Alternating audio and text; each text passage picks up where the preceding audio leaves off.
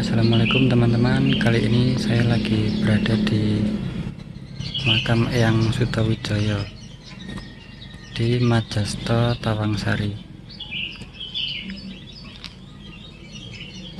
Nanti kita akan ngobrol dengan juru kunci di sini, yaitu Bapak Sayono, mengenai sejarah siapa itu Eyang Sutawijaya dan bagaimana perjalanannya hingga sampai di sini. Yuk ikuti terus wawancara kami.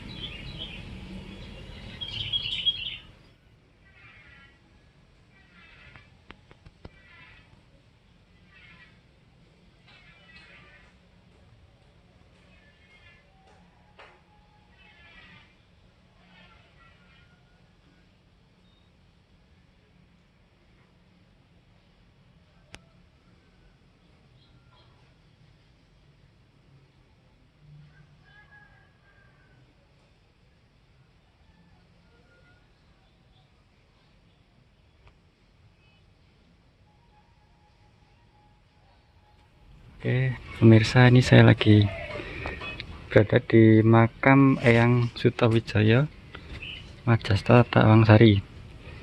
Ini saat ini lagi bersama dengan Pak Sayono. Bapak Sayono, juru kunci makam Eyang Sutawijaya. Ini Pak, sebelumnya ngapunten Pak, mungkin sakit bercerita tentang sejarah Eyang Sutawijaya ini Pak. Ya, jadi gini Mas, beliau itu putra dari Eyang Brawijaya yang kelima. Oh, okay.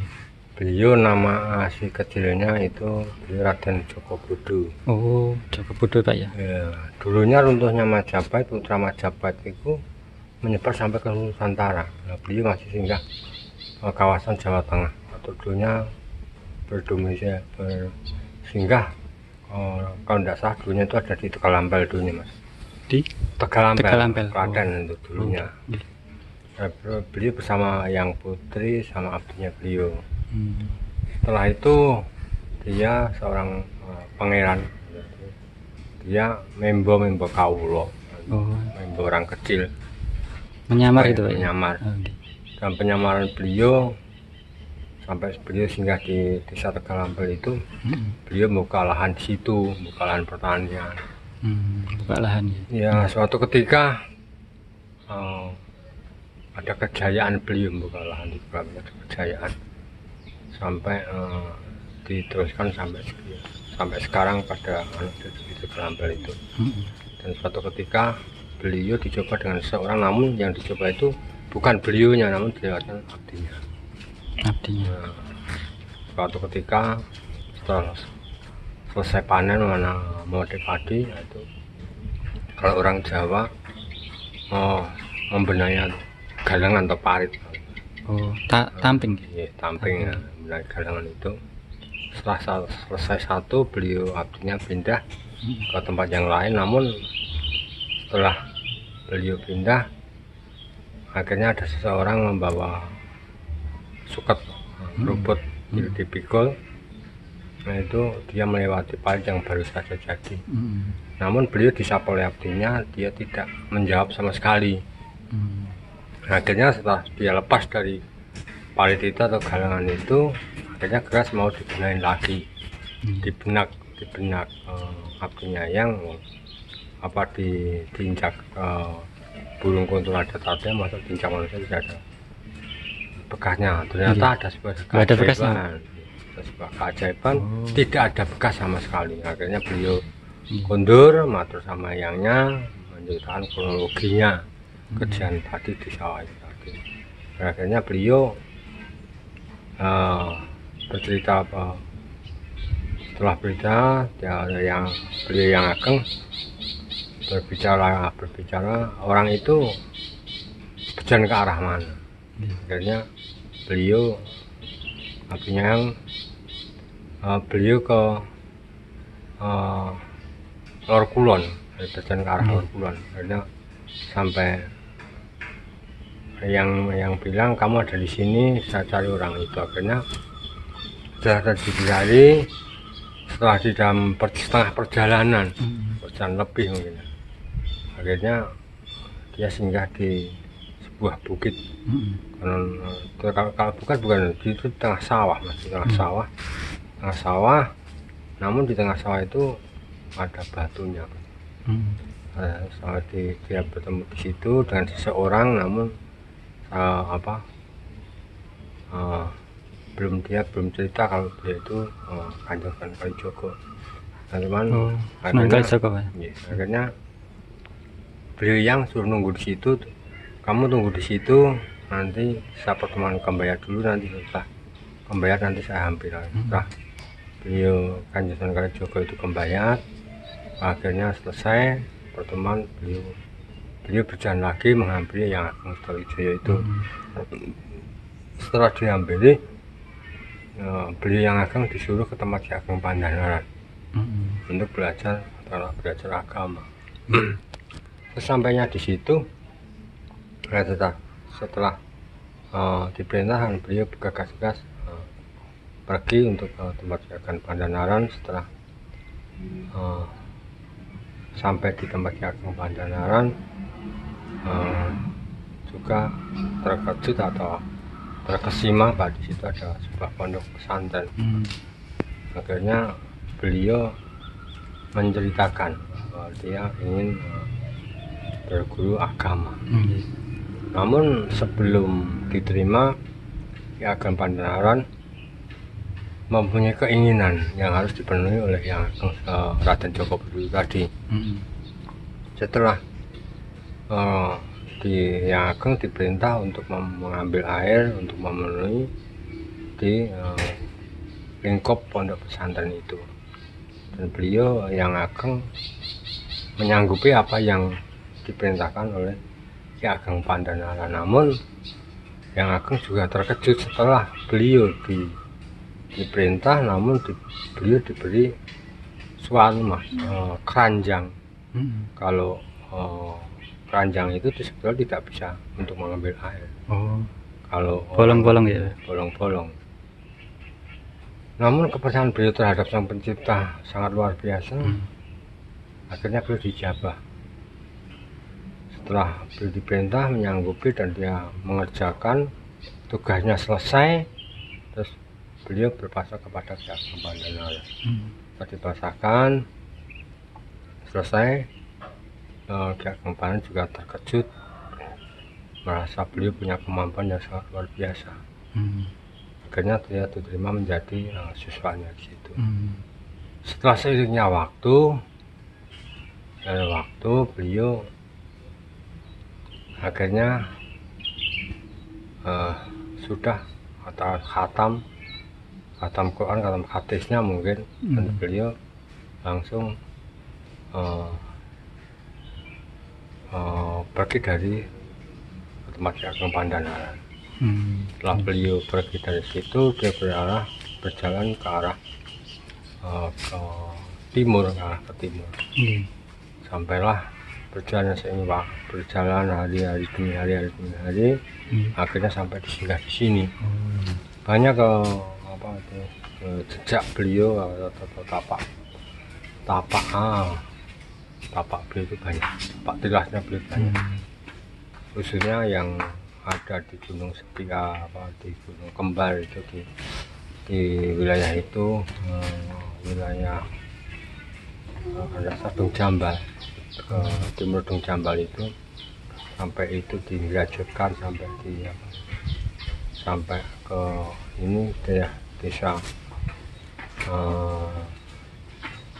sekarang namanya Desa Genengan. Sampai di situ beliau berjalan lagi melewati sawah, akhirnya beliau melihat ampak-ampak, orang cabut di bukit namanya antara sama itu. Dinamai sawah dampak. Ya, berjalan lagi sampai ada bukit kecil yang dinamakan Gunung Wahyu, sampai berjalan lagi di Desa Ponowaren lagi, dinamakan Desa Segang. Berjalan lagi ke arah ke barat lagi, akhirnya sampailah di bukit kecil. Memang sebenarnya dataran rendah, begitu agak nyaman, akhirnya beliau pindah lagi sampai ke bukit ini. Dan beliau sampailah di bukit ini, beliau ditemui oleh rajanya jin. Oh, raja jin. Namanya Jin Jonilo. Jonilo. Ya, setelah dia ditemuin sama Jin Jonilo, Raden Joko tadi, atau sudah diberi itu dari masuk Islam, dan diberi nama oleh Sunan Kalijogo itu Eyang Ageng Sutowijoyo Eyang Wajasto.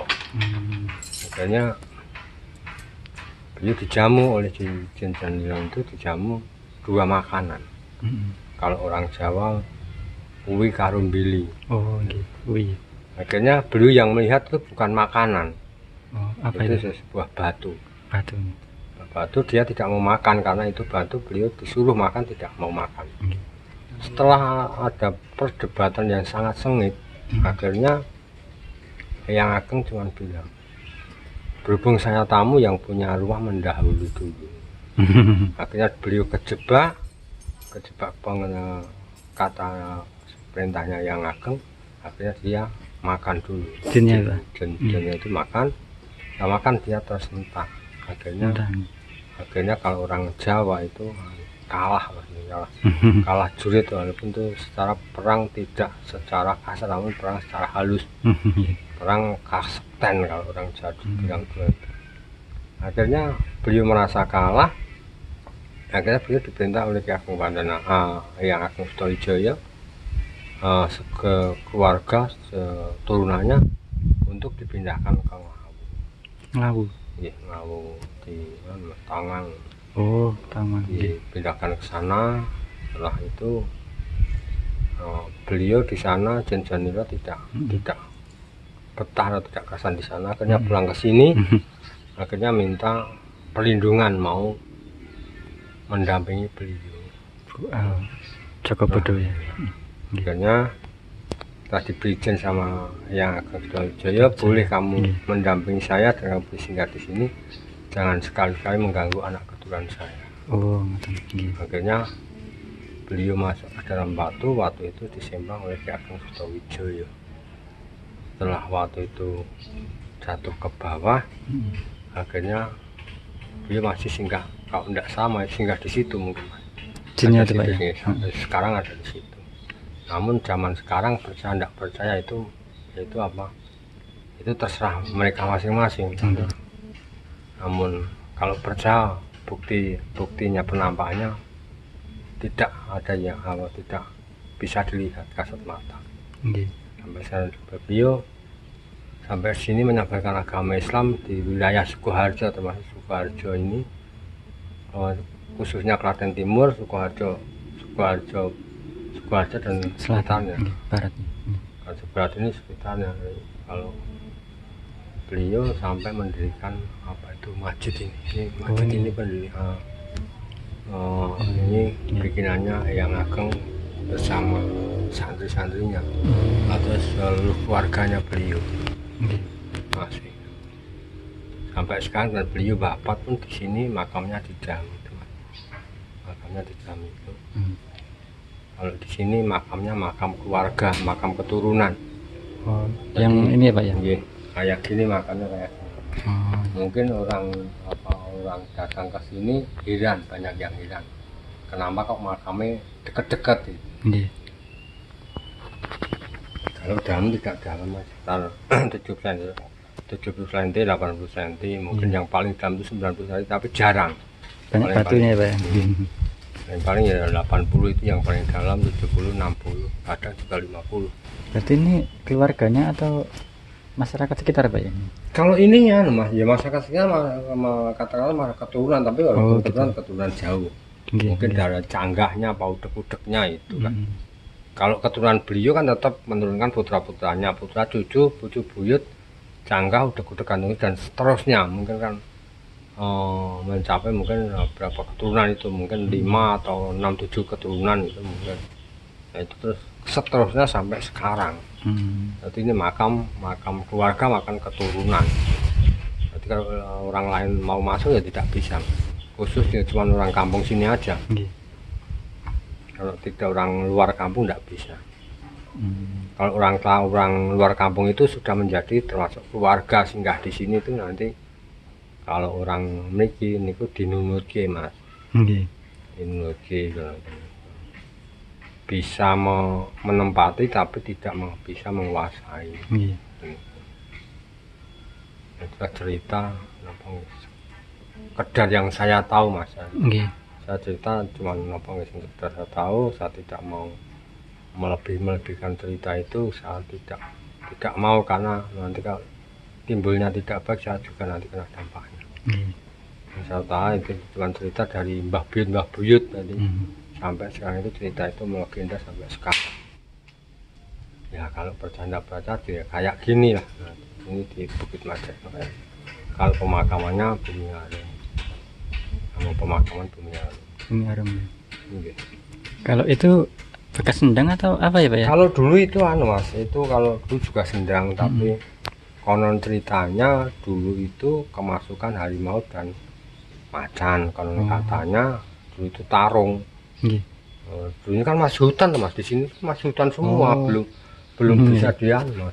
Masih karena memang masih hutan, jadi masih katakan banyak tumbuhan suket alang-alang itu dulu yang suket tinggi-tinggi loh, rumput-rumput ya Pak? Iya, rumput-rumput itu.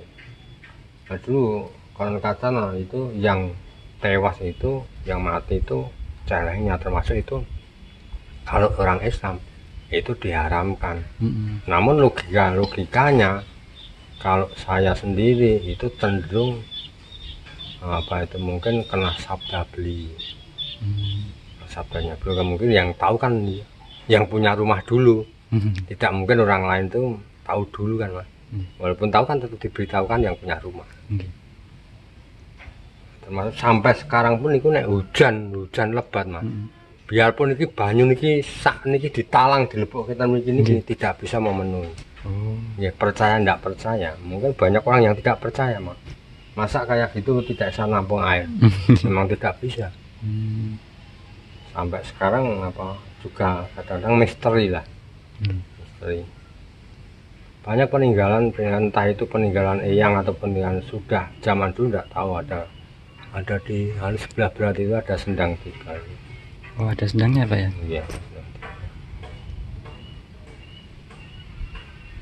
Kalau itu Pak museum itu kalau museum itu baru Mas. Baru gitu. Ya, museum itu baru. Pusaka gitu Pak ya? Konon katanya gitu Mas, besok mau jadikan museum pusaka, namun sampai sekarang saya tidak tahu karena itu bukan urusan saya, tidak berani menceritakan kan itu bukan wewenang saya. Nanti timbul tidak baik. Oh iya, ya mah. Makasih Pak ya atas informasinya, mudah-mudahan bermanfaat untuk teman-teman yang mau tahu. Itu sudah ada banyak Mas, yang ikut sudah banyak Pak. Oh iya.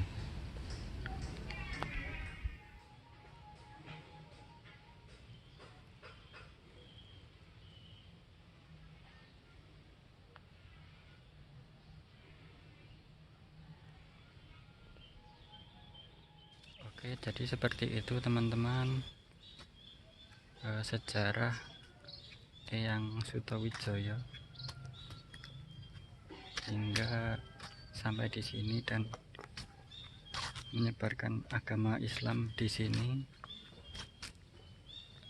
hingga beliau dikuburkan di bukit ini, di Bukit Arum, makam Eyang Sutowijoyo Majasto Tawangsari. Oke teman-teman, bagi yang mau datang silahkan datang. Di sini tempat parkirnya sangat luas. Dan bagi yang mau ngobrol dengan Bapak Sayono Juru Kunci, nomor HP-nya ada di bawah sini ya. Silahkan hubungi, kalau beliau sedang nggak ada bisa di telepon dulu. Oke, semoga bermanfaat buat kalian dan sampai jumpa di lain kesempatan. Assalamualaikum warahmatullahi wabarakatuh.